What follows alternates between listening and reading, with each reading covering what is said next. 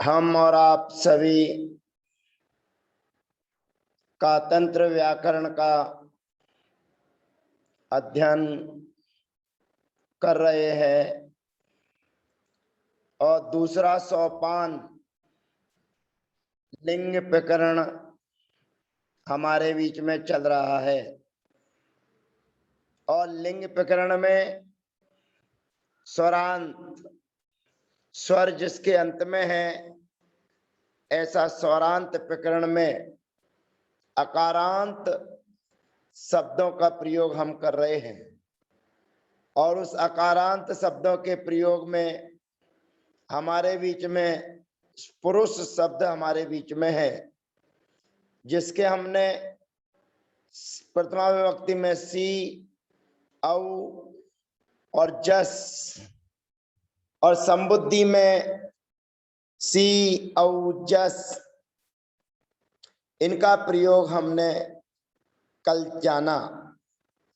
आज हम द्वितीय आदि विभक्ति का प्रयोग कैसे किया जाता है, कब किया जाता है, क्यों किया जाता है, ये सारे प्रश्नों के समाधान रूप में अब हमारे बीच में द्वितीय विभक्ति संबंधी व्यवस्था हमारे सामने उपस्थित होती है।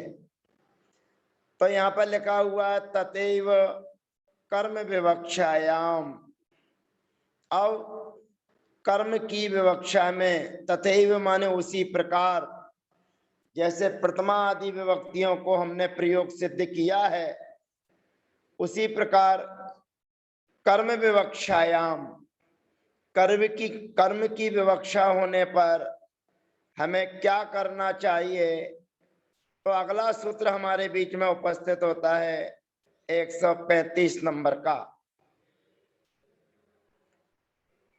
और वह सूत्र हमारे बीच में आगे जो शेष विभक्तियां आएंगी, द्वितीया को बताएंगे, तृतीया को बताएंगे, चतुर्थी को बताएंगे, पंचम को बताएंगे, षष्ठी को बताएंगे और सप्तमी को बताएंगे।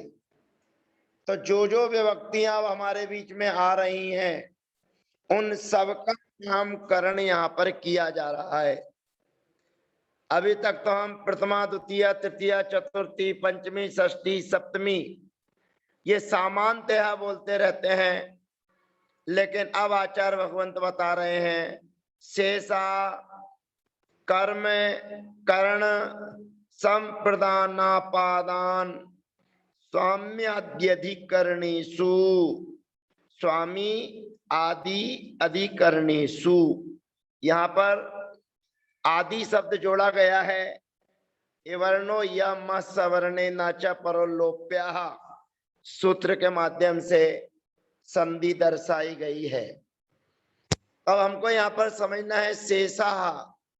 शेषा का मतलब होता है प्रथमा विभक्ति के बाद। प्रथमा विभक्ति को बता दी थी अर्थ के लिंगार्थ लिंगार्थ वचने प्रथमा।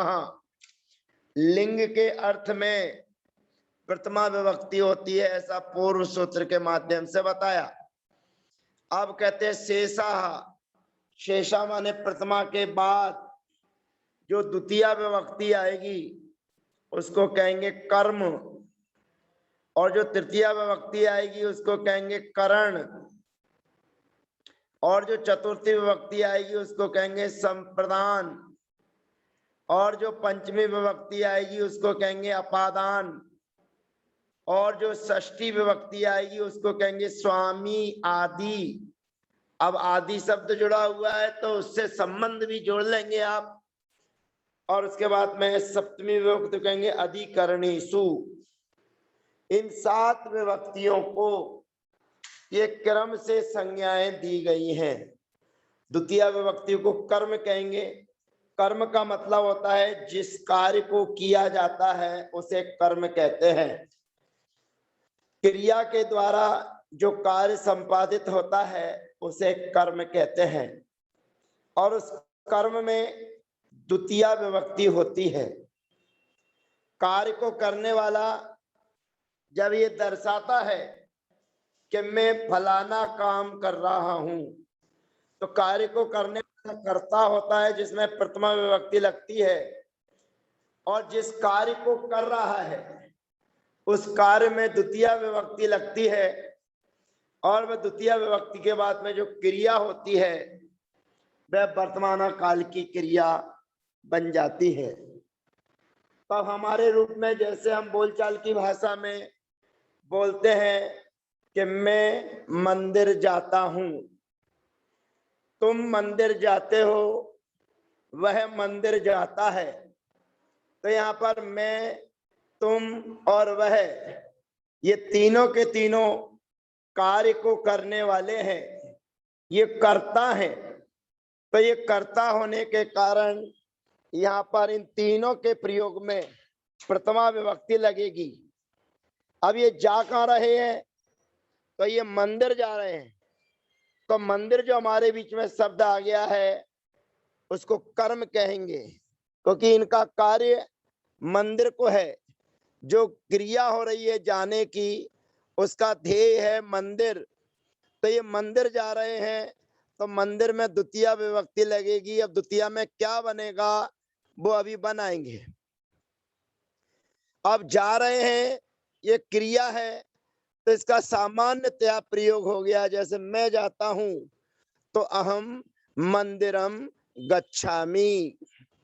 अगर सामने वाला व्यक्ति जा रहा है जिसको हम तुम कहकर पुकार रहे हैं, तो तुम कहकर अगर सामने वाले को बोल रहे हैं तो बोला जाएगा त्वम मंदिरम गच्छसि। अगर सामने वाले को हम सम्मान सूचक शब्द कहकर बोल रहे हैं कि आप मंदिर जाते हो, तो वहां पर बोला जाएगा भवान मंदिरम गच्छति। अब कोई तीसरा व्यक्ति जा रहा है जो हमारे सामने नहीं है और वह मंदिर जा रहा है, तो बोला जाएगा सह मंदिरम गच्छति। अब इसमें अपने को ये ध्यान रखना है कि सामने वाले व्यक्ति को यदि तुम शब्द का प्रयोग करके हम बोल रहे हैं तो उसमें मध्यम पुरुष का प्रयोग करना है, गच्छसि, गच्छता, गच्छत। और मैं जो हूं उसके लिए बोलना है गच्छामि, गच्छावाह, गच्छामः। इन दोनों के अलावा कोई भी अन्य शेष शब्दों का प्रयोग किया जाएगा तो उसमें गच्छति, गच्छतः, गच्छन्ति का प्रयोग किया जाएगा। सामने वाला व्यक्ति जो हमारे सामने है, यदि उसको आपने सम्मान सूचक आप कह के पुकारा कि आप जाते हो, तो वहां पर भवान शब्द का प्रयोग किया करना पड़ेगा। भवान, भवन्तौ, भवन्तः। तो उसमें फिर प्रथमा विभक्ति का प्रयोग करना है, गच्छति, गच्छताः, गच्छन्ति। और सामने वाले व्यक्ति के साथ यदि आप युष्मत शब्द के प्रयोग में तुम कहकर बोल रहे हो कि तुम जाते हो, तो यहाँ पर मध्यम पुरुष का प्रयोग करना है, गच्छसि, गच्छतः, गच्छत। तो हम कर्म की चर्चा कर रहे हैं, तो यहाँ पर कह रहे हैं शेषः कर्म, करण जिसके द्वारा कार्य किया जाता है उसको करण कहते हैं। और संप्रदान जिसके लिए किया जाता है, ये चिन्ह ध्यान से रखते, जिसके द्वारा माने से के द्वारा, ये तृतीय विभक्ति का चिन्ह हो गया। कर्म को, ये को चिन्ह बोला जाएगा तो कर्म आ जाएगा। और जिसके लिए यानी कि सामने वाले के लिए, संप्रदान के लिए ये चिन्ह हो गया। फिर अपादान जिससे चीज अलग होती है, तो उससे, सामने वाले से, वृक्ष से पत्ता गिरता है। उसके बाद में आता है स्वामी। स्वामी माने मालिक। संबंध जिसका संबंध जिसके साथ में होता है, संबंध में क्रिया का असर डायरेक्ट उससे संबंध नहीं होता है, तो क्रिया का उसके साथ संबंध नहीं होने के कारण इस षष्ठी विभक्ति को कारकों में गिनती नहीं की जाती है। षट कारक कहे जाते हैं, उसमें प्रथमा, द्वितीय, तृतीय, चतुर्थी, पंचमी और सप्तमी विभक्ति को कारक कहा जाता है। षष्ठी को, क्योंकि वह संबंध है, उसका क्रिया के साथ संबंध नहीं जुड़ पाता है। तो स्वामी माने मालिक, आदि, आदि शब्द लगा लिया है तो संबंध उसको समझ लेना कि जो जिसका मालिक है या जिसका जिस पर आधिपत्य है उसके अर्थ में षष्ठी विभक्ति का प्रयोग करना है तो उसका चिन्ह होता है का, के, की। और अधिकरण का मतलब होता है आधार, ठहरना। तो कहाँ पर ठहरना? पेड़ पर ठहरना, मकान पर ठहरना। तो उसका चिन्ह आता है हे, उसका चिन्ह आता है में और पर।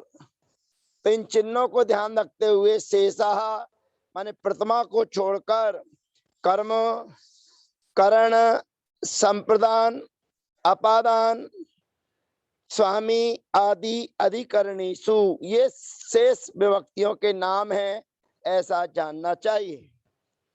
अब शेषः यानी कि द्वितीयाद्यः षड विभक्त्यः 6 विभक्तियां, कर्मादिषु कर्म आदि में, षट्सु कारकेषु 6 कारकों में, यथा संख्यम भवन्ति क्रम से होती है, ऐसा जानना चाहिए। तो 6 विभक्तियां क्रम से होती हैं। तो हम सबसे पहले द्वितीया विभक्ति को लेकर आए हैं, इति कर्मणि द्वितीयाः। इस प्रकार कर्म अर्थ में द्वितीया विभक्ति हमारे बीच में आती है। तो द्वितीया विभक्ति कौन कौन सी है? तो हमारे बीच में अम, औ, सस।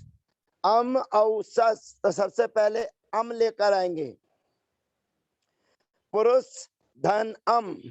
यह हमारी स्थिति है, कॉपी पर लिख लीजिए, पुरुष धन अम। और उसके बाद में 23 नंबर का सूत्र लगाकर अनतिक्रम्यन कर लीजिए, पुरुष धन आ धन अम। अब यहाँ पर सर्वप्रथम 24 नंबर का सूत्र हमारे बीच में है, समानः सवर्णे दीर्घी भवति परश्च लोपम।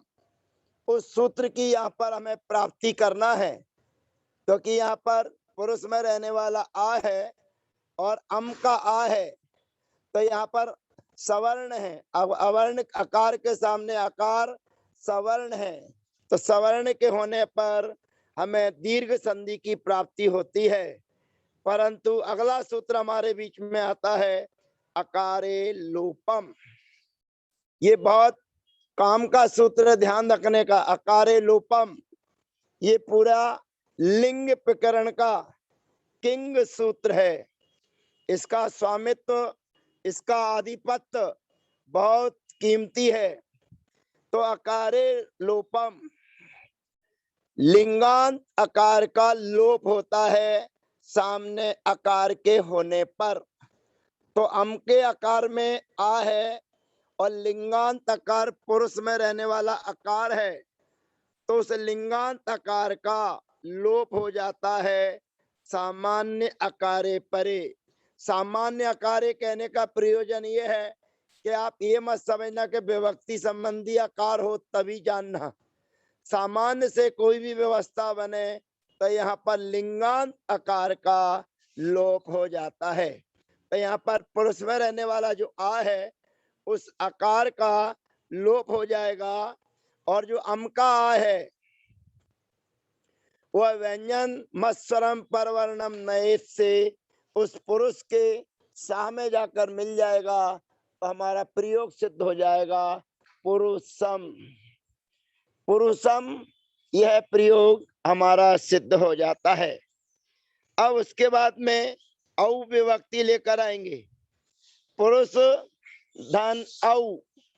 अब पुरुष धन औ हम प्रथमा विभक्ति में भी औ विभक्ति लाए थे, संबोधन में भी, आमंत्रण, संबुद्धि में भी हम औ विभक्ति लाए थे, और हमने सूत्र लगाया था ओकारे औ औकारे च।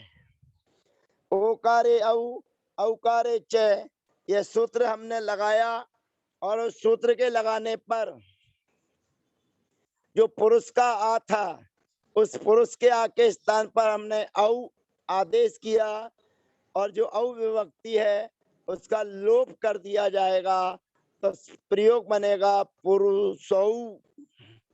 यह प्रयोग हमारा सिद्ध हो जाता है।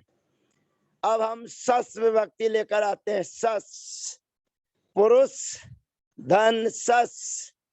द्वितीय विभक्ति के बहुवचन का प्रयोग जिसको हम कर्म कहते हैं, तो कर्म की विवक्षा में बहुवचन में पुरुष शब्द से सस विभक्ति लेकर आते हैं। पुरुष धन सस योनुबंधो प्रयोगी 129 नंबर का सूत्र जो हम पढ़े हैं उसमें बताया गया कि जो जो अप्रयोगी हैं, जिनका प्रयोग हमारे द्वारा नहीं होना है, उनका अनुबंध लोप होता है। तो अनुबंध लोप होने पर यहाँ सस में रहने वाला जो तालव्य सकार है, प्रारंभ में, आदि में, शुरू में, उस तालव्य सकार का अनुबंध लोप हो जाएगा। अनुबंध लोप होने पर हमारे बीच में बचेगा अस। अब पुरुष धन आ धन अस यानी कि सस, ये हमारे बीच में है। और एक चीज विशेष ध्यान रखना, हम कभी भी और आप भी जो भी विभक्ति लाएंगे, उस विभक्ति का अनुबंध लोप हो जाने के बाद उसको वही बोला जाएगा जो लेकर आए हैं। जैसे हम एक वचन में लेके आते हैं सी, इकार का अनुबंध लोप हो जाने पर सा लिखते हैं, लेकिन बोलचाल की भाषा में बोलेंगे सी। जस विभक्ति में से अस बचता है, लेकिन बोलचाल की भाषा में बोलेंगे जस। ऐसे ही सस में से अस बचता है, लेकिन बोलचाल की भाषा में हम बोलेंगे पुरुष धन आ धन सस। अब सस बोल रहे हैं लेकिन उसका अनुबंध लोप हो गया है और लिखा हुआ है अस। ये अपने को विशेष ध्यान रखना है। तो पुरुष धन अस, पुरुष आ धन अस यानी कि पुरुष आ धन सस विभक्ति हमारे बीच में है। अगला सूत्र हमारे बीच में आ रहा है ससी सस चा नह। ससी सस चा नह सूत्र का ध्यान रखिए, आधे से ज्यादा अर्थ सूत्र में ही समाहित है। अगर हम थोड़ी सी अपनी खुली बुद्धि का प्रयोग करेंगे तो आपको सूत्र से ही अर्थ स्पष्ट होता रहेगा। शशि माने सस विभक्ति के होने पर, अब देखिए हमने सस में से सा का अनुबंध कर दिया है। अनुबंध करने पर हमारे सामने अस है, लेकिन सूत्रकार उसको सस ही स्वीकार कर रहा है, इसलिए सूत्र में लिख रहा है ससी, यानी कि सस विभक्ति के होने पर। अब सूत्र पूरा अर्थ स्पष्ट नहीं कर पा रहा है क्योंकि आगे पीछे की अनुवृत्ति लेकर आ रहा है, इसलिए सूत्र बोल रहा है ससी सस चा ना। अब ये क्या बोल रहा है, सूत्र से अर्थ स्पष्ट नहीं है। सूत्र से अर्थ तो इतना स्पष्ट है कि शशि, शशि के होने पर। अब क्या करना है, तो हमें अन्य सूत्रों की अनुवृत्ति लेकर आएंगे, पर हमें टीका का सहारा लेना है। जिस सूत्र से अर्थ स्पष्ट नहीं होता है, फिर हमें जो टीका दर्शाई जाती है उसका सहारा लेना पड़ता है, और उसका सहारा लेते हैं। कहते शशि परे लिंगांतो अकारो दीर्घम आपद्यते। ध्यान रखना, ये चा बहुत सारे काम कर रहा है। तो चा कह रहा है लिंगांत आकार को दीर्घ होता है, तो हमने लिंगांत आकार जो पुरुष में रहने वाला आ है उसको दीर्घ कर दीजिए। अभी सूत्र का अर्थ पूरा नहीं हुआ, लेकिन जितना काम होता चला जा रहा है उतना हम काम करते जाएंगे। तो यहाँ कहा जा रहा है शशि परे लिंगांत अकारो दीर्घम आपद्यते। एक काम पूरा हो गया कि लिंगांत आकार को दीर्घ करना है। अब हमने लिंगांत आकार को दीर्घ कर दिया। पुरुष धन आ धन सस यानी कि अस। अब आगे क्या कहता है, कहते सस चे नो भवती, और जो सस विभक्ति का सा है यानी कि दंत सकार है, यानी कि अंतिम जो शा है उसके स्थान पर ना आदेश होता है। अब ये ध्यान रखना, कि सा के स्थान पर ना कहा जा रहा है। सामने वाला पूछेगा ना आधा करना है कि पूरा करना है कि लंगड़ा करना है। ना आधा करना है ना लंगड़ा करना है। सा व्यंजन है तो ना को भी हमें व्यंजन रूप ही रखना है। यानी कि सा स्वर से रहित है तो ना भी स्वर से रहित रहेगा, यानी कि व्यंजन रूप में रहेगा। तब हमारी स्थिति है पुरुष धन आ धन अन। अब आ के सामने अन है तो हमें 24 नंबर का सूत्र स्मरण में आ रहा है। समानः सवर्णे दीर्घी भवति परश्च लोपम। अब यद्यपि हमारे पास में आ पहले से ही दीर्घ है तो हम इसे और ज्यादा दीर्घ नहीं करेंगे, परंतु अन में रहने वाला जो आ है उस आकार का लोप जरूर कर देंगे। और उस आकार के लोप करने पर 25 नंबर का सूत्र हमारे बीच में है। व्यंजन मत्स्वरम परवर्णम नयेत। उसके माध्यम से समस्त पदों को जोड़ देंगे तो हमारा शब्द बन जाएगा पुरुषान। पुरुषान ये प्रयोग हमारा सिद्ध हो जाता है। एक बार हम पुनः आपके बीच में बनाने की कोशिश करते हैं। ये देखिए बना हुआ है पुरुषान। पुनः इसका रिवीजन करते हैं हम। पुरुष धन सस द्वितीय विभक्ति के बहुवचन में कर्म की विवक्षा में बहुवचन में पुरुष शब्द से सस विभक्ति लेकर आए हैं। पुरुष धन सस योनुबंधो प्रयोगी 129 नंबर का सूत्र लगाएंगे तो उसके सा का लोप हो जाएगा। तो ऊपर लिखा हुआ है 136 नंबर सूत्र के नीचे पुरुष धन अस। जो शब्द की सिद्धि की जाती है उसके पूर्व वह कच्ची स्थिति में रहता है। तो ऊपर 136 नंबर सूत्र के नीचे लिखा हुआ है बहुत्वे पुरुष धन अस। उसको भी अंडरलाइन कर लीजिए, उसको भी दिखा दीजिए। पुरुष धन अस, केवल पुरुष धन अस। ये देखिए बहुत्वे बहुवचन की विवक्षा में पुरुष धन अस। ऊपर हमारे सामने है पुरुष धन अस यानी कि पुरुष धन सस। और हमको बनाना क्या है पुरुषान। ये नीचे जो बैठा हुआ है उसको हमें बनाना है। तो इसको बनाने के लिए क्या करना है तो ससी सस्य चाना।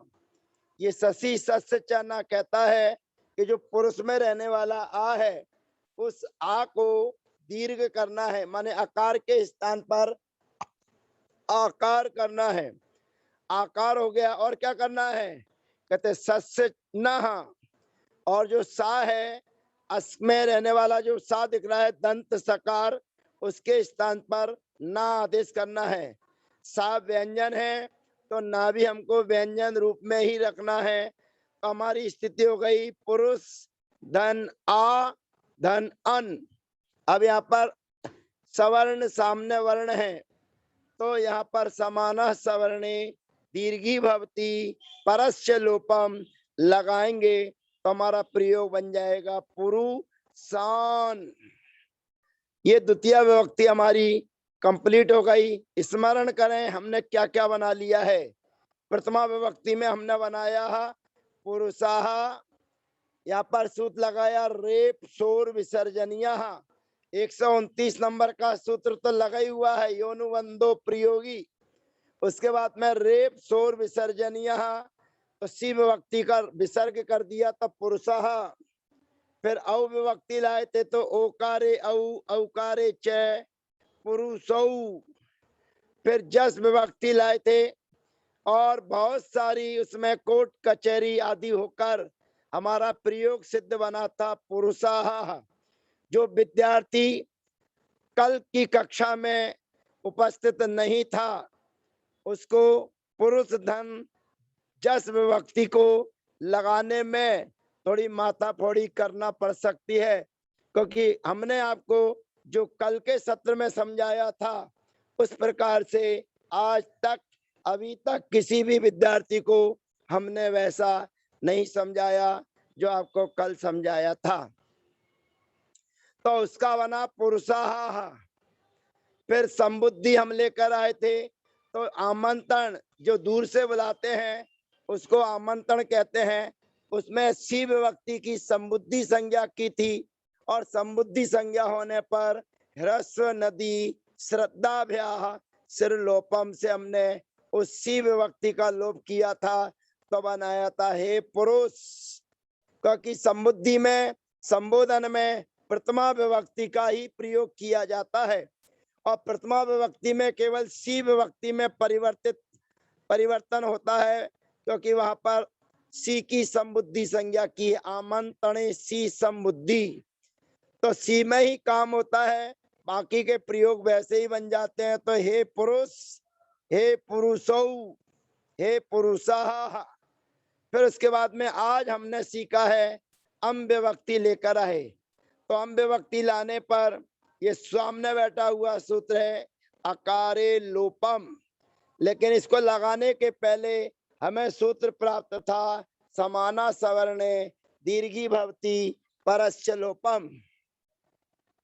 सूत्र की प्राप्ति होने पर अकारे लोपम ये सूत्र अकार का लोप कर देता है, तो शब्द बना पुरुषम।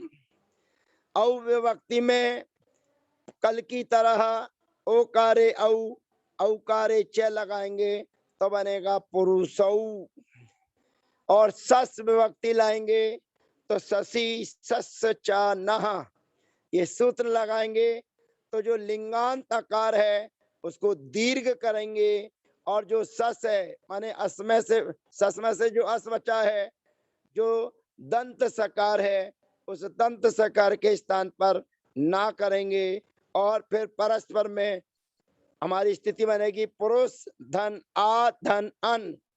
24 नंबर का सूत्र लगाएंगे समाना सवर्णे दीर्घी भवती परस्य लोपम, और हमारा शब्द जो नीचे अंडरलाइन हो रहा है, हाईलाइट हो रहा है, पुरुषान, यह प्रयोग हमारा सिद्ध हो जाता है। अब इसके आगे जो संस्कृत लिखी हुई है ततेव कर्ण विवक्षायाम, सूत्र वही याद रखेंगे शेषा कर्म इत्यादि नाम कर्णम तृतीया। तो एक कर्णे है तृतीया, कर्ण माने कर्ण अर्थ में तृतीया विभक्ति होती है, और उसमें पहली विभक्ति क्या है पुरुष धन टा। तो ये विभक्ति हम कल लेकर आएंगे, इन पूरी लाइन की चर्चा। तथैव कर्ण विवक्षायाम शेषा कर्म इत्यादि ना कर्णे तृतीया पुरुष धंटा इति स्थिते, ये स्थिति हमारे बीच में है जिसकी चर्चा हम अगले सत्र में करेंगे। तब तक के लिए जय जिनेन्द्र, वंदना, सबका यथा योग अभिवादन।